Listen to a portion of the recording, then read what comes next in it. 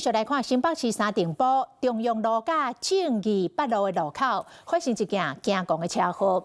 這個車頂起行，有一個女騎士無照規定去抬轉，是拍這個方向燈直接劃過道邊的車道，結果互一台客運車追撞，規個人卡佇個車卡，驚險萬分。車頂起步，一個騎奧多麥人拍方向燈，慢慢啊向道邊偏過正前後邊有一個機動車，攏無減速，直接就甲撞落去。這個騎奧多麥人被撞倒在地，規人過好車交過。司機趕緊凍店，這個騎奧多麥人卡佇車卡，其他人看到了趕緊來關心。警察人員趕到現場，唔但管制交通，佫將卡佇車卡這個騎奧多麥人甲救出來，趕緊將人送進救護車。車禍發生在昨早起9點外，新北市三重埔的中央路4段甲正義北路口。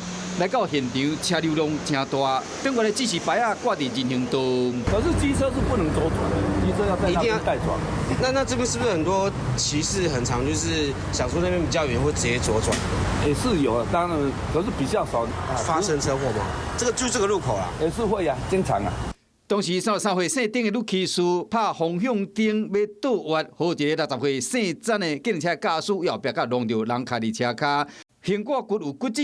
在這路口過較頭前就是國道路三重埔的這個出口，汽車早起6點到暗時9點禁止倒彎，奧多麥愛抬轉。致機車駕駛鎖骨骨折，送醫診治。事故現場依規定測繪記錄，肇事原因尚待釐清中。這個女騎士敢若是佇路口想要倒彎，和計程車為後壁弄到，加在是敢若骨折爾，顯然運氣較歹咧，恐驚有可能會無命。Hello， 我是林仙怡，想要搶先掌握最及時的新聞資訊嗎？趕快訂閱、按讚、開啟小鈴鐺，鎖定華視新聞 YouTube 頻道。